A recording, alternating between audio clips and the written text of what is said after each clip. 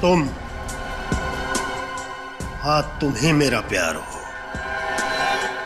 मेरा जुनून।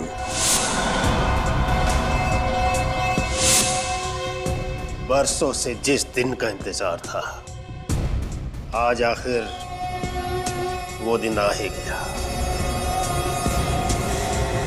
तुम मेरे सामने हो और मैं तुम्हारे सामने।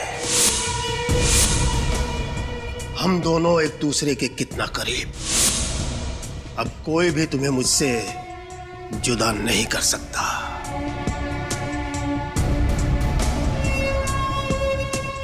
मैं तुम्हें कभी भी अपनी नजरों से दूर जाने नहीं दूंगा,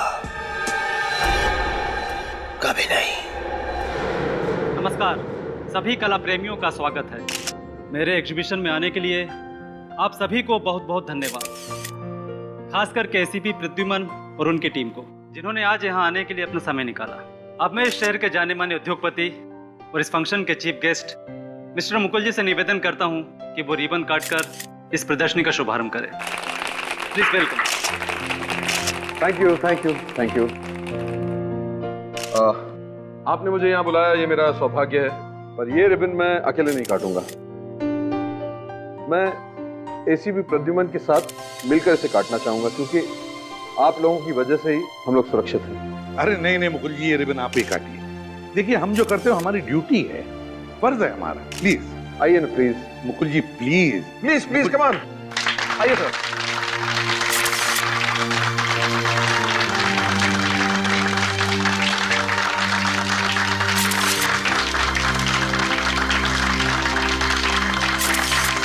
हाँ प्लीज।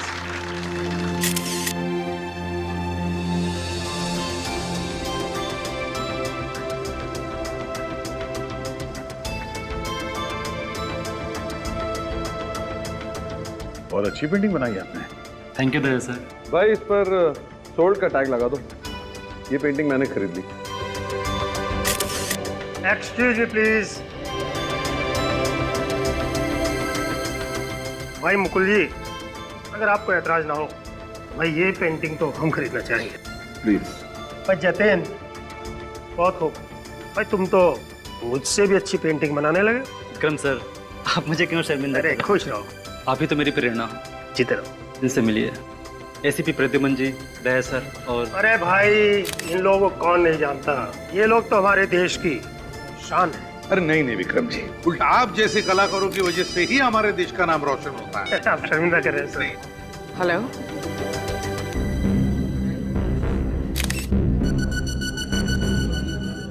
कब? सर, हाँ। सर मशहूर टीवी रिपोर्टर रोनिता जी लापता हो गई है। लापता कैसे? सर कुछ घंटे पहले वो मेयर साहब का इंटरव्यू लेने के लिए जा रही थी। अपने ऑफिस से निकली तो थी, लेकिन वहां पहुंची ही नहीं। सर। हाँ। रोनिता मेरी कजिन है, प्लीज उसे ढूंढ निकालिए। तुम्हारी बहन है रोनिता? जी।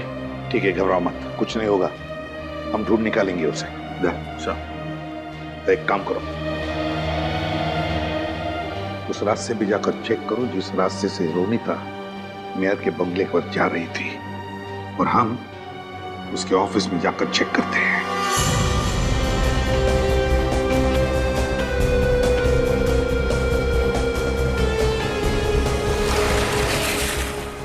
सर हमें रोनिता जी के ऑफिस से निकले हुए 40 मिनट हो गए। वो मेयर साहब से मिलने यहीं से गई होंगी, लेकिन उनकी गाड़ी अभी तक दिखाई नहीं दी। वही समझ में नहीं आ रहा पूर्वी, ये रोनिता जी गायब कहाँ हो गई?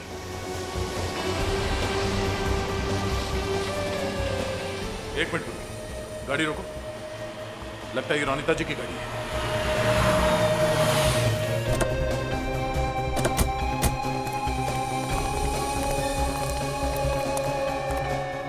सर गाड़ी के अंदर तो कोई भी नहीं है और आसपास भी कोई नहीं है।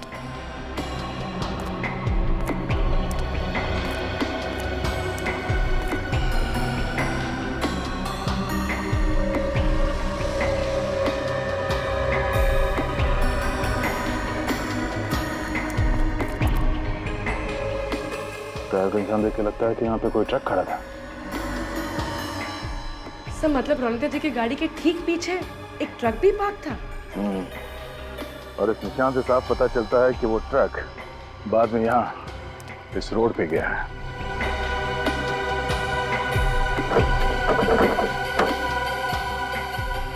तो बंद है।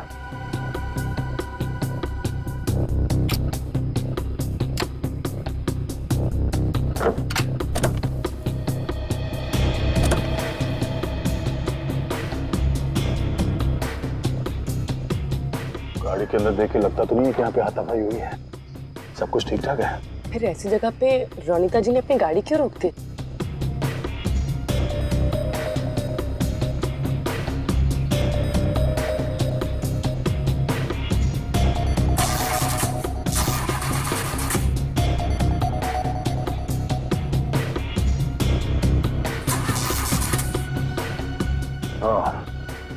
रोनिता जी की गाड़ी खराब हो गई थी, इसलिए मजबूरन उन्हें गाड़ी यहाँ छोड़नी पड़ी। सर, हो सकता है किडनैपर उनका ट्रक में पीछा कर रहा हो।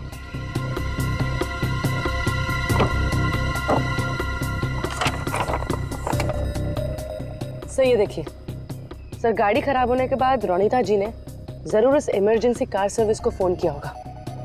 कार सर्विस वाले को? हाँ सर। इसका मतलब कोई ना कोई मैकेनिक तो यहाँ पे आया होगा गाड़ी देखने के लिए, और वही बता सकता है कि यहाँ पे एग्जैक्टली हुआ क्या था। जरा इस सर्विस स्टेशन में फोन करके पता करो। सर।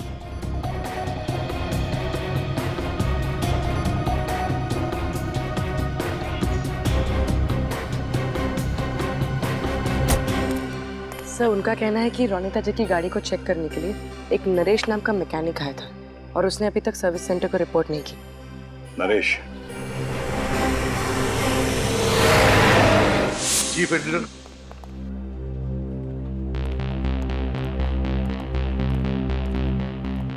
आप चीफ एडिटर शंतनु हैं? जी सर, मैं ही हूँ। मैंने ही आपको फोन किया था। ओके। देखिए शंतनु जी, हम रोनिता का टेबल चेक करना चाहते हैं। Okay sir. गार्गी ले जाऊंगा। जी सर। Ready? सर आप इधर आइए। शंतनु जी, क्या लगता है आपको, वाकई रोनिता का किडनैप हुआ है? हाँ सर। अच्छा, किसने किया होगा ये? किसी पर शक है आपको? पता नहीं सर, वैसे रोनिता तो एक बहुत ही होशियार और निडर रिपोर्टर थी।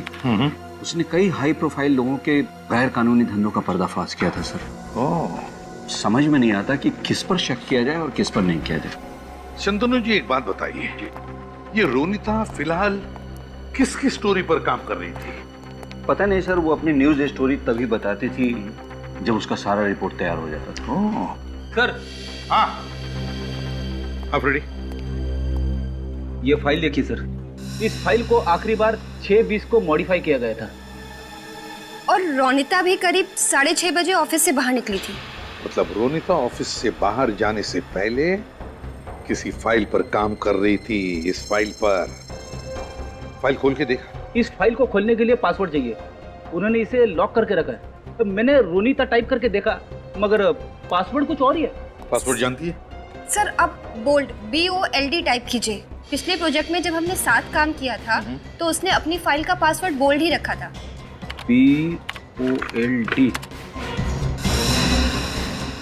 ये पासवर्ड भी गलत है। अब क्या करें सर?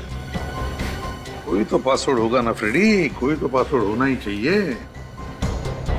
ये रोनिता की डायरी है? जी सर। शायद इसमें हो सकता है। ये क्या नाम है? AID, Aida? कि ये रोनिता का पेट नेम तो नहीं? रेडी? जरा इसे टाइप करके देखो, AIDA, आइडा।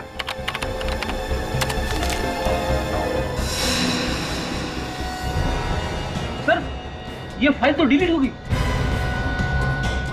फाइल डिलीट हो गई? इसका मतलब है रोनिता ने अपने कंप्यूटर को इस तरह से सेट करके रखा है कि अगर कोई 3 बार गलत पासवर्ड टाइप करे तो फाइल डिलीट हो जाएगी। ऐसा ही हुआ होगा। देखते हैं और कुछ है क्या। ये व्योम कौन है? सर व्योम को रोनिता का दाहिना हाथ समझिए।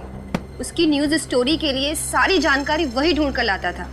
अच्छा, तो फिर ये व्योम जरूर जानता होगा कि रोनिता किसकी स्टोरी पर काम कर रही थी। व्योम।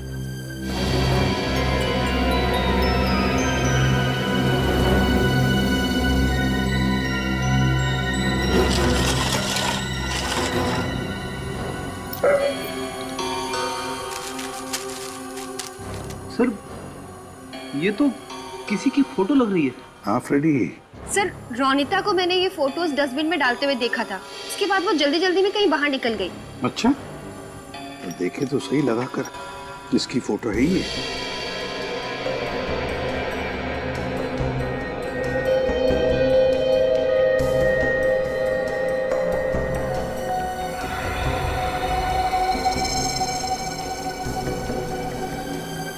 ये देखो फ्रेडी, ये मुकुल है, मुकुल।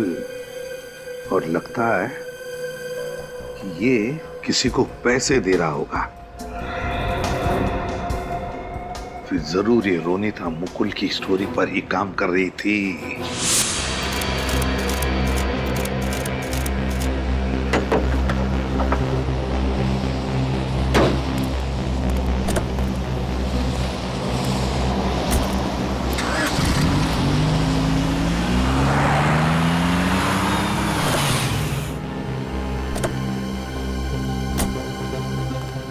नरेश जी, हम लोग सीआईडी से हैं। क्या आप इन्हें रोनिता जी का कंप्लेंट कॉल अटेंड किया? कार नंबर है XC021346। हाँ सर, मुझे ही भेजा गया था। तो क्या तुम मिले थे उनसे? नहीं मैम, मैं जब उनकी कार तक पहुंचा तो वो लॉक करके जा चुकी थी और मैंने उनके मोबाइल पे कॉल भी किया तो फोन स्विच ऑफ आ रहा था। तो क्या ये आपकी ड्यूटी नहीं है कि आप इमरजेंसी सर्विस सेंटर में कॉल करके पता है कि रोनिता जी कार छोड़ के चली गई? सॉरी सर, एक्चुअली मुझे पहुंचने में थोड़ा लेट हो गया था, तो मुझे लगा कस्टमर मेरे बॉस से कंप्लेंट ना कर दे, इसलिए मैंने अपने बॉस को कॉल ही नहीं किया। तो ये बताओ कि उनकी गाड़ी के आसपास तुमने कोई ट्रक देखा?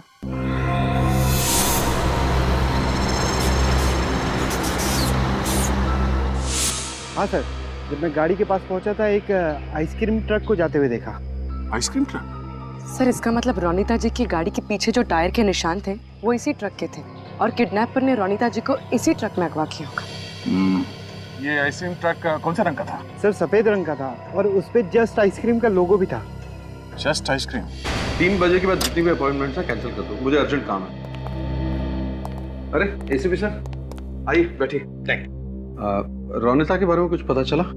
कुछ राज खुल गए, सोचा कुछ आपसे पता कर लेंगे। क्या कह रहे हैं, मैं समझा नहीं। सब समझ जाओगे फ्रेडी।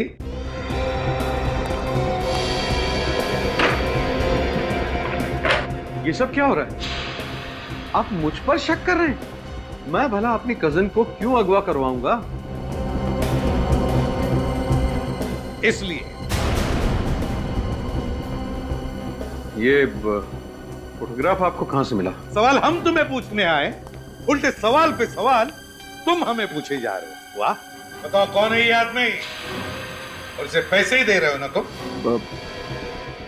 ये एक एजेंट है, लेकिन मैं किसी से भी मिलूं, कुछ भी करूं, इससे रोनिता का क्या लेना देना? क्योंकि ये फोटोग्राफ रोनिता के ऑफिस में से हमें मिला, उसकी टेबल पर से। इसका मतलब रोनिता मुझ पर नजर रखी हुई थी, लेकिन क्यों?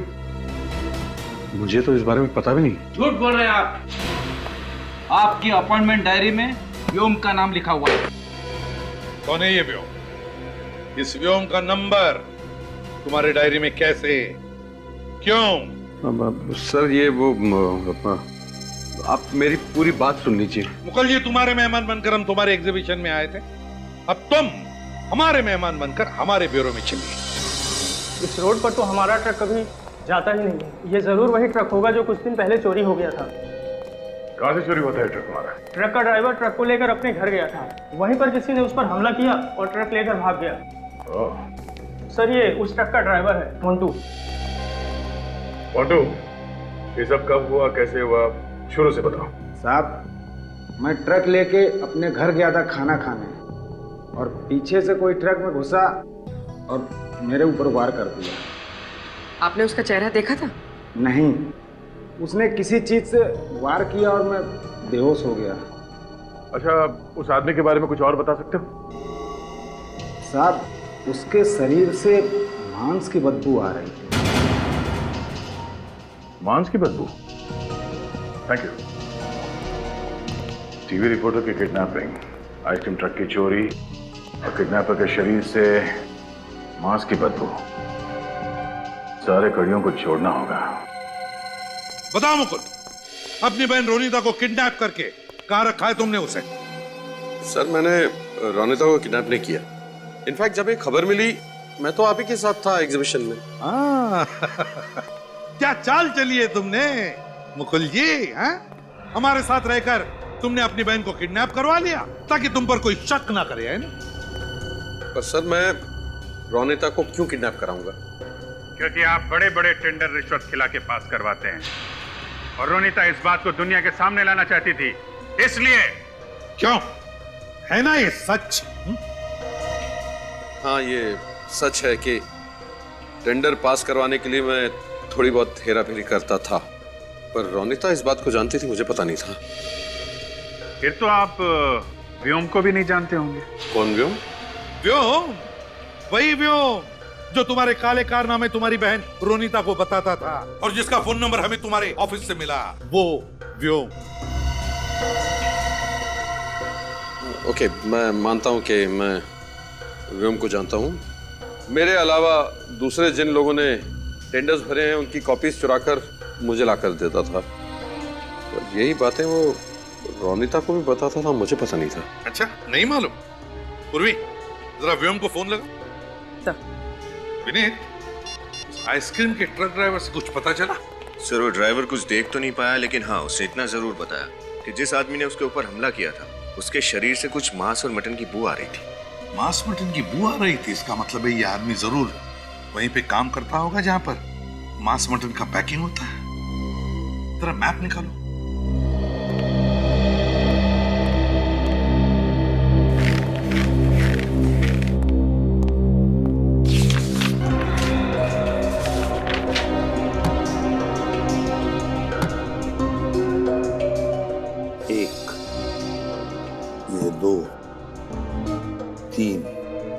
ये है 4।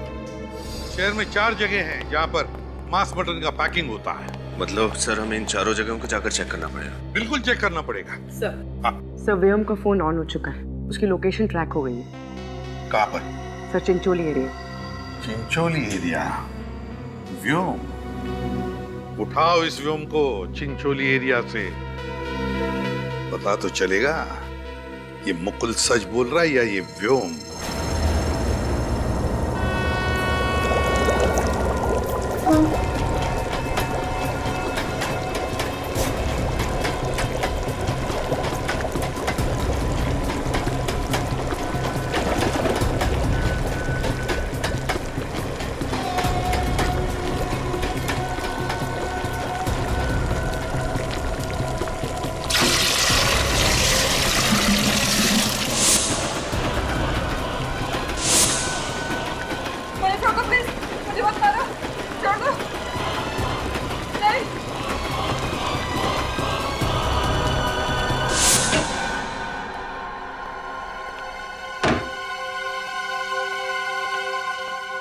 व्योम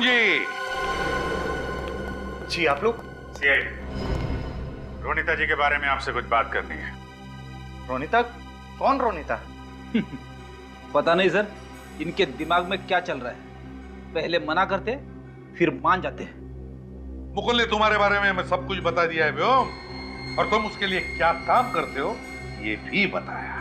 हमें पता चल चुका है कि तुम मुकुल के सीक्रेट रोनिता जी को बेचते थे और रोनिता जी के सीक्रेट मुकुल को, दोनों को डबल क्रॉस कर रहे हो तुम। अब आप लोगों को सब पता चल ही चुका है तो मैं और क्या बोलूं? रोनिता को किडनैप करके कहाँ रखा है? क्या रोनिता किडनैप हो गई है? नाटक मत कर, समझा? नहीं सर, मैं सच बोल रहा हूँ। मुकुल जी के बारे में खबर देने के बदले रोनिता मुझे ढेर सारे पैसे देती है, मैं भला उससे किडनैप क्यों करूंगा? आज सुबह कहाँ थे तुम? मैं मुकुल जी के ऑफिस में था, आप चेक कर सकते हैं। रोनिता से तुम्हारी आखिरी बार बात कब हुई थी? मुकुल जी के ऑफिस से निकलने के बाद मैंने उसे फोन किया था। कितने बजे? 1 मिनट, ये 12 बजे। 12 बजे? वो 12 बजे तो गायब हुई थी। और सर हमने रोनिता का मोबाइल चेक किया था, उसमें इनका नाम और नंबर दोनों ही नहीं थे। मैंने उसके प्राइवेट नंबर पर फोन किया था, ये वाला नंबर देखिए। मतलब ये सब काम करने के लिए रोनिता जी ने अलग नंबर रखा था, प्राइवेट नंबर? क्या बात हुई थी रोनिता के साथ? फोन कनेक्ट हुआ था, मैं हेलो हेलो कर रहा था, लेकिन सामने से कोई आवाज नहीं आई। हाँ, लेकिन आसपास कोई रेलवे ट्रैक जरूर होना चाहिए, क्योंकि ट्रेन की आवाज आ रही थी। अच्छा, ट्रेन की आवाज? तो फिर अभिजीत, रेलवे लाइन के आसपास जितनी भी मीट पैकिंग फैक्ट्रीज है चेक करो।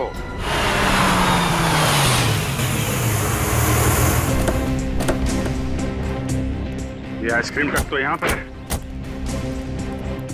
इसी में रोनिता जी को किडनैप किया गया था। इतनी होनी चाहिए।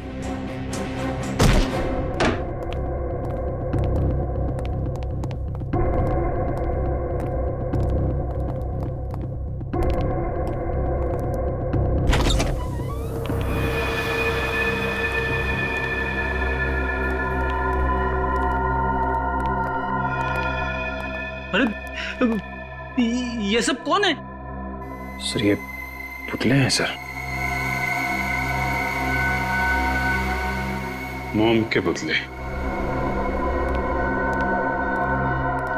बाहर आइसक्रीम का ट्रक, यहाँ मोम के पुतले और रोनिता जी गायब। चेक कर।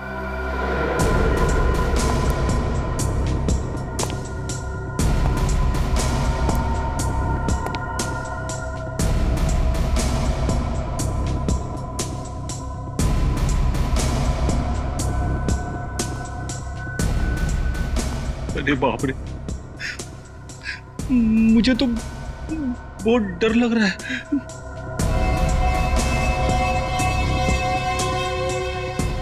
कितनी ठंडी है यहाँ पे, मगर मुझे बहुत पसीने छूट रहे हैं।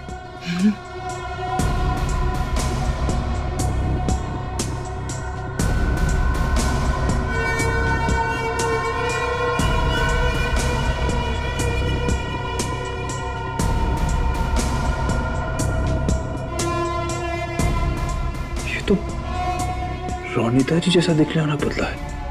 सर क्या हुआ? देखिए सर। अरे रोनिता इतनी फेमस हो गई कि लोग उसका पुतला बनाने लगे। नहीं फ्रेडी, इस पुतले में कुछ खास बात है। ये पुतला बाकी पुतलों से अलग है।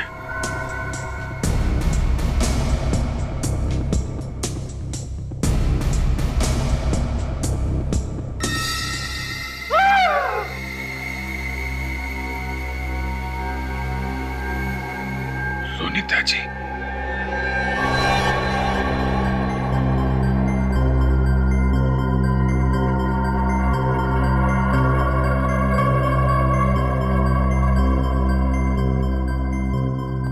जी डॉक्टर साहब, क्या लगता है? अभिजीत, खूनी ने पहले इस बेचारी रोनिता के पूरे शरीर पर खौलता हुआ मोम डाला, उसके बाद अपनी कारीगरी दिखाई। मौत कैसे हुई रोनिता जी की? अभी तो इसके शरीर को मोम से बाहर निकाला है। मौत कैसे हुई जानने के लिए तो इसकी बॉडी को फॉरेंसिक लैब ले जाना पड़ेगा। सर ये राजू है, इस गोडाउन की देख रेख यही करते हैं। राजू, इलाज कैसे है यहाँ पे? मुझे पता नहीं सर, मैं तो सिर्फ इतना जानता हूँ कि यहाँ बहुत सारे मोम के पुतले रखे जाते हैं। लेकिन तुमने किसी को तो देखा होगा। कौन आया था यहाँ पे? कोई नहीं सर। सो रहे थे? किसका गोडाउन है ये विक्रम सर का है, और यहाँ पे जितने भी मोम के पुतले रखे हैं ये उन्होंने ही बनाए। विक्रम जी जो बहुत बड़े कलाकार हैं, बहुत बड़े मूर्तिकार। विक्रम जी घर पे है क्या? हम लोग सीआईडी से। हाँ है।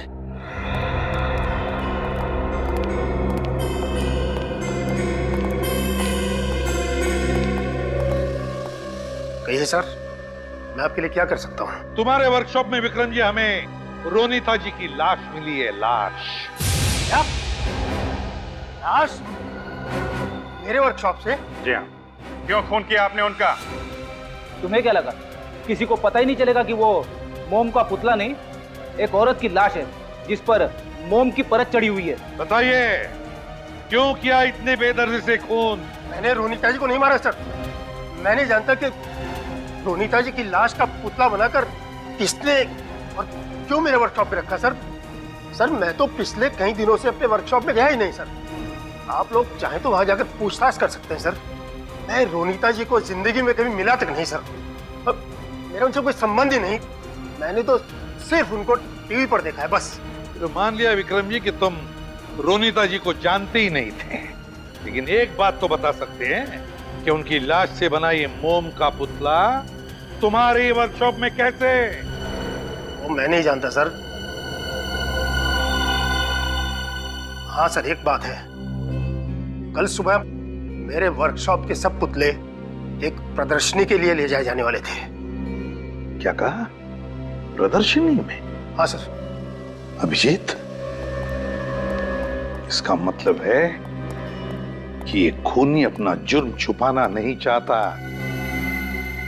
वो चाहता है कि रोनीता जी की लाश से बना मोम का पुतला पूरी दुनिया देख सके।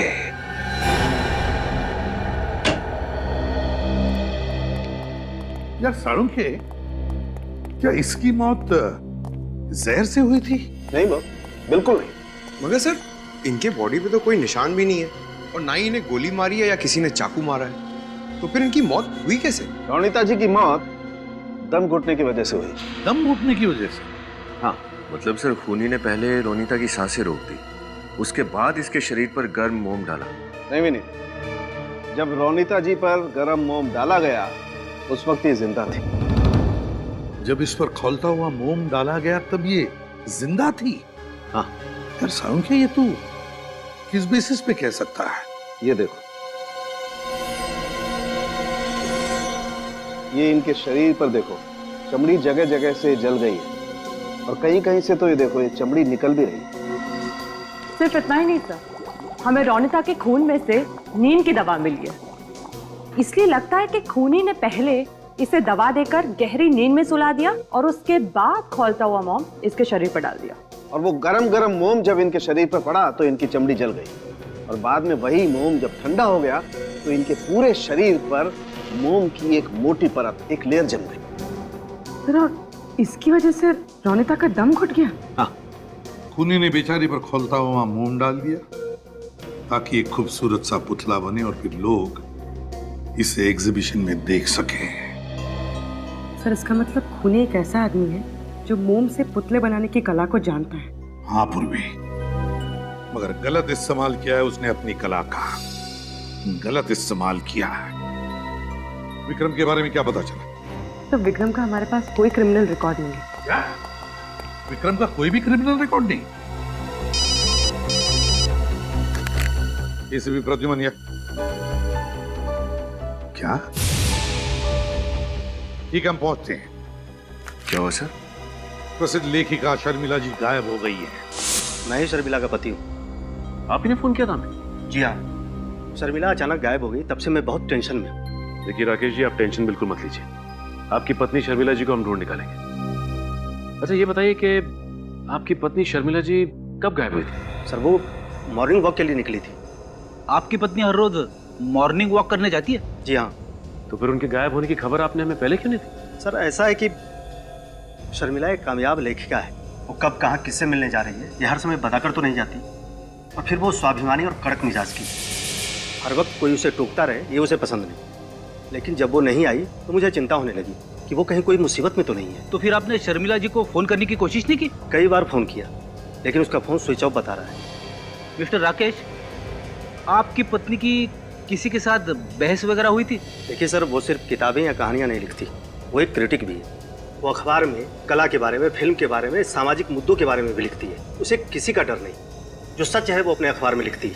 और जाहिर है कि इस बात से काफी लोगों को प्रॉब्लम भी होगी। बिल्कुल, उसका लेख पढ़कर बड़ी बड़ी हस्तियां नाराज हो जाती हैं। ये शर्मिला जी हाल ही में कुछ खास करने वाली थी?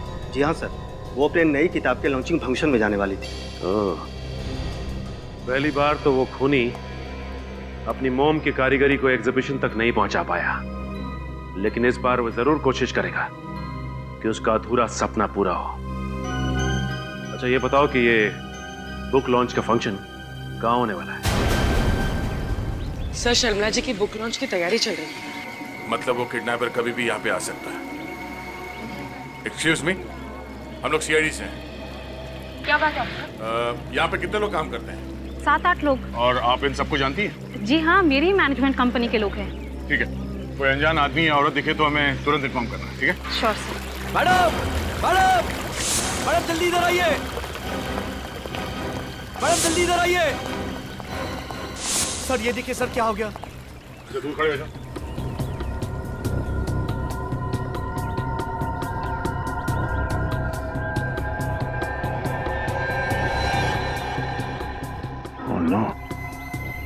लाश। सर रोनिता जी की तरह इस पर भी खौलता हुआ मोम डाला गया, इसलिए शर्मिला जी की मौत हो गई। और खूनी ये सब कर क्यों रहा है? और शर्मिला जी की मोम के पुतले को यहाँ अंदर लाया कैसे? ये पुतला अंदर आया कैसे? आपने से किसी ने उस खूनी को देखा? पर सर जब मैं टेरेस पे आई थी तब ये पुतला यहाँ नहीं था। जब आप यहाँ आई तो मेन डोर का ताला ठीक था? यस मैम, मैंने अपनी चाबी से दरवाजा खोला था। सर स्विमिंग टैंक साफ करने के लिए कोई आदमी आया तो था। तब आप कहाँ थी? एक्चुअली मैम डेकोरेशन का सामान आया था तो मैं वही लेने गई थी, शायद तभी। हाँ, तभी एक आदमी आया तो था। तुमने उस आदमी का चेहरा देखा? दूर से देखा था सर, कुछ याद नहीं है। रोनिता की मोम के पुतले में लाश और अब शर्मिला की लाश मोम के पुतले में, क्या कनेक्शन हो सकता है? सर शर्मिला जी की फोरेंसिक रिपोर्ट आ गई। सर इनकी मौत भी वैसे ही हुई थी जैसे रोनिता जी की हुई थी। ये देखो, गर्म मोम की वजह से चमड़ी जल गई, खून में नींद की दवाई, दम घुटने से मौत। अभिजीत बिल्कुल वही तरीका मरने का। सर इस खूनी के सीने में तो दिल ही नहीं, कितनी बेरहमी से खून किया इसने दोनों का। सर दोनों ही खून में कनेक्शन दिख रहा है। रोनिता जी और शर्मिला जी, दोनों औरतों की उम्र 40 साल, एक टीवी रिपोर्टर, एक लेखिका, दोनों निडर औरतें, दोनों का काम एक, समाज में काले कारनामे करने वाले लोगों का पर्दाफाश करना। इसीलिए दोनों को मार डाला? लगता तो यही है। यानी सर कोई और औरत होगी जो ऐसा काम करती होगी, खूनी उसे भी अपना निशाना बना सकता है। हाँ मैंने, और इस सीरियल किलर तक पहुंचने के लिए हमें एक आदमी की मदद लेनी पड़ेगी, विक्रम। सर नमस्ते। हाँ विक्रम। विनीत। सर बताइए, मुझे यहाँ क्यों बुलाया? विक्रम एक काम है, मोम के पुतले बनाने वाले लोग तो गिने चुने ही होंगे और उनके बारे में तुम बहुत कुछ जानते होंगे, है ना? जी हाँ सर। विक्रम जी ये फोटो देखिए, ये दो मोम के पुतले हैं, रोनिता जी और ये शर्मिला जी। अब बता सकते हैं ये कलाकारी किस आर्टिस्ट की है?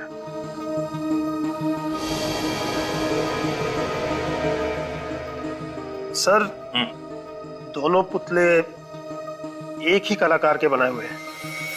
दोनों पुतलों के एक ही स्टाइल में तराशा गया है। छोटी से छोटी बारीकी का बहुत ध्यान रखा गया है, बहुत समय दिया गया है सर ये पुतले बनाने में। कौन आर्टिस्ट है ये? कभी देखा है इसका काम? जी हाँ सर, इस शहर में एक ही कलाकार है जो इस स्टाइल में पुतले बनाता है। कौन है वो?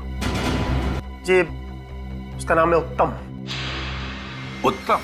ये झूठा इल्जाम है मुझ पर। मैं तो इन दोनों औरतों को जानता तक भी नहीं। मैं क्यों इनकी जान लूंगा? मैं क्यों इनके मोम के पुतले बनाऊंगा? मिस्टर उत्तम, ये जिस तरीके से मोम के पुतले बने, ये लेयरिंग, ये ड्रेपरी का स्टाइल, ये आपका नहीं है। मैं मानता हूं कि ये लेयरिंग और ड्रेपरी का स्टाइल मेरा ही है, लेकिन मेरे स्टाइल में कोई और भी तो काम कर सकता है। मैं साबित कर सकता हूं। अच्छा, कौन बना सकता है? कौन है वो आदमी?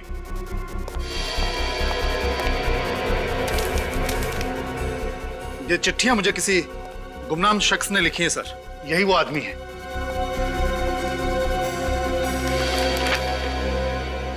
तुमसे अच्छा कलाकार तो मैं हूं, लेकिन तुमसे अच्छा नसीब मेरे पास नहीं है। बहुत इंतजार कर लिया, अब नहीं। इस पे ना तो किसी का नाम लिखा है, ना ही कोई पता लिखा है। अब मेरी कला का प्रदर्शन होगा और तुम्हारे बनाए गए मोम के पुतलों से कहीं अच्छे और सच्चे दिखेंगे मेरे मोम के पुतले। तुम्हें 3 साल लगे, लेकिन मुझे सिर्फ 3 हफ्ते लगेंगे अपनी कारीगरी दुनिया के सामने लाने में। सिर्फ 3 हफ्ते। ये बात तो तय है कि ये चिट्ठी लिखने वाला आदमी ही खूनी है। यही वो कलाकार है जिसने रोनिता जी और शर्मिला जी को मारा और उनके मोम के पुतले बनाए। उत्तम जी, आपका ऐसा कौन सा कॉम्पिटिटर है जो इस हद तक गिर सकता है? ऐसा तो कोई मुझे याद नहीं आता सर। किसी पे शक है आपको? जी नहीं सर। हाँ सर, इस खत में लिखा है तुम्हारा करियर खत्म हो जाएगा बबलू। आपका नाम बबलू है क्या? कॉलेज में मुझे बबलू कहते थे।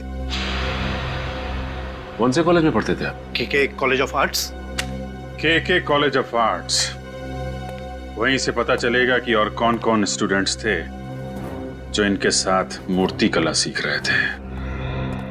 नमस्ते सर, हम लोग सीआईडी से। ओ, मेरे सेक्रेटरी ने बताया था कि किसी केस के सिलसिले में आपको कुछ पूछताछ करनी है मुझसे। दरअसल 2 औरतों का खून हो गया है। किसी ने उनके शरीर में गरम गरम मोम डाल के उनका खून कर दिया और उनके पुतले बना दिए। ऐसा वहशीपन कौन कर सकता है? आप उत्तम नाम के स्टूडेंट को जानते हैं? उत्तम? हो, बबलू। हाँ, वो 2005 के बैच में था। 2005? प्रिंसिपल साहब, उस बैच के जितने भी स्टूडेंट्स थे हमें उनकी लिस्ट चाहिए, और खास तौर पे वो लोग जो मोम के माध्यम में काम कर रहे थे। देखिए, बहुत पुरानी फाइल है, मैं कोशिश करके आपको भिजवाता हूँ। Okay sir. और सर, ये 2005 के जो चीफ इंस्ट्रक्टर थे उनसे भी मिलना हमें। उनका तो 2005 में ही खून हो गया था। खून हो गया? नाम क्या था उनका? दिव्या। कैसे मौत हुई दिव्या जी की? उनकी बॉडी एक कोल्ड स्टोरेज में पड़ी हुई मिली। बहुत तहकीकात हुई लेकिन खूनी का कुछ भी पता नहीं चला। और कुछ बता सकते हैं आप दिव्या जी के बारे में? देखिए, वो बहुत ही स्ट्रिक्ट थी, कड़क स्वभाव था उनका। स्टूडेंट गलती करता था तो वो बहुत डांटती थी उन्हें। उम्र क्या रही होगी उनकी? यही लगभग 40 के आसपास रही होगी। 40 साल? 40 साल की औरत, कड़क स्वभाव और डिसिप्लिन वाली, बिल्कुल शर्मिला जी और रोनिता जी जैसी। यानी कि खूनी ऐसी औरतों का खून कर रहा है? हाँ बेटी, लगता है ये दिव्या जी का खून उस सीरियल किलर का पहला मर्डर था। सर, पुलिस रिकॉर्ड के हिसाब से दिव्या जी के सर पे किसी भारी चीज से वार किया गया था, जिससे उनकी मौत हो गई थी। बाद में उनकी लाश एक पुराने कोल्ड स्टोरेज प्लांट में मिली थी।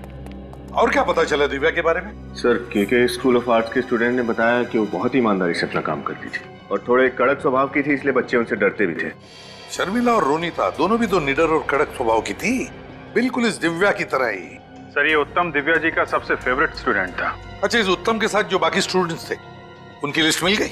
जी सर, उत्तम जी के साथ उस बैच में 25 स्टूडेंट्स थे और उनमें से 4 स्टूडेंट्स मोम के माध्यम में काम करते थे। तो फिर इन चारों का कच्चा चिट्ठा निकालो, पता लगाओ इन चारों के बारे में। सर, मैंने प्रिंसिपल से रिकॉर्ड्स मंगवाए, आज आ जाएंगे।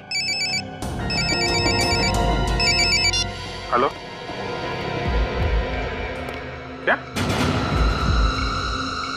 कहां से? ओके, हम लोग देखते हैं। सर, हाँ, सोशल एक्टिविस्ट रजनी जी का किडनैप हो गया है। रजनी का किडनैप हो गया है? कहां पर? मॉर्निंग वॉक से लौट रही थी सर, घर के सामने किसी ने अगवा कर लिया। वो खूनी उन्हें कहाँ ले गया होगा सर? एक जगह हो सकती है जहां खूनी ने पहला खून किया था दिव्या जी का, वो बंद पड़ा हुआ सुनसान कोल्ड स्टोरेज प्लांट। हाँ अभिजीत, बिल्कुल सही है। इससे पहले कि रजनी की जान चली जाए, हमें इस खूनी को पकड़ना ही होगा। तुम कौन हो? क्यों मुझे लेकर आए हो? मुझे जाने दो प्लीज। मैंने तुम्हारा क्या बिगाड़ा है? कैसे जाने दूं? तुम ये सब इसलिए कह रही हो क्योंकि तुम नहीं जानती हो, दुनिया की सबसे सुंदर और महान मूर्तियों में तुम्हारा नाम लिया जाएगा। आज से हजारों साल तक लोग तुम्हें याद करेंगे। अमर होने वाली हो तुम।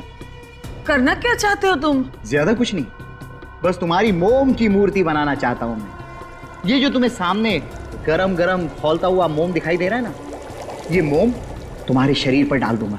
थोड़ा सा जलेगा, ज्यादा नहीं, क्योंकि मैंने ऑलरेडी तुम्हें सेडेटिव दे रखे हैं।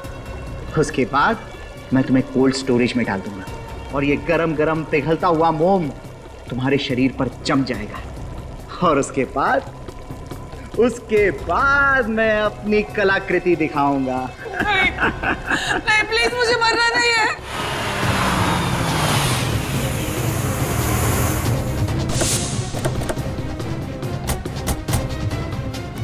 यही है वो पुराना कोल्ड स्टोरेज, संभाल के। मोम भी सही तापमान पर गर्म हो गया है। नहीं, मुझे नहीं मरना है, छोड़ दो मुझे।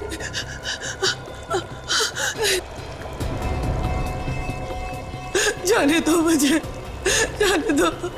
मैंने तुम्हारा क्या बिगाड़ा, छोड़ दो।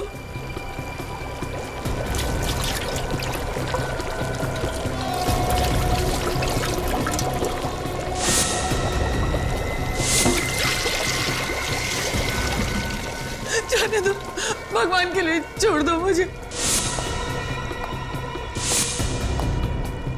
तुम ऐसा नहीं कर सकते। नहीं, नहीं, मुझे जाने दो मुझे। शुभ काम के समय रोया नहीं करते, हंसो, मुस्कुराओ। अरे मुस्कुराओ, तुम्हारे अमर होने का समय आ गया है। तुम मेरी सबसे खूबसूरत कृति होगी और तुम्हारी मूर्ति की नुमाइश मैं नेशनल म्यूजियम में करूंगा।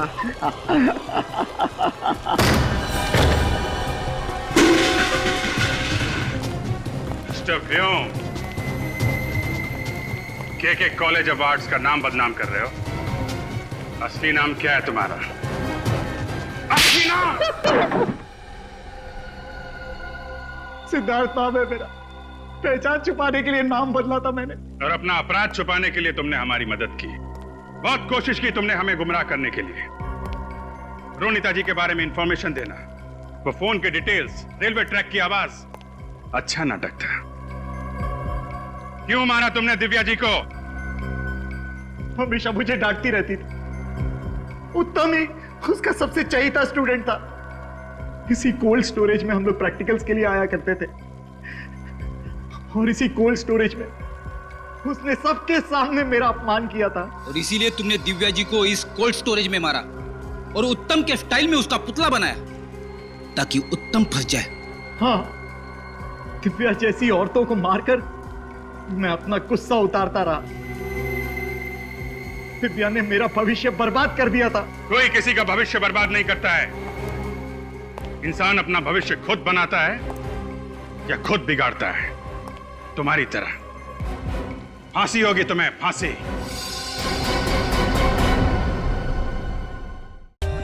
For more updates, subscribe to our channel, click the show links and enjoy watching the videos.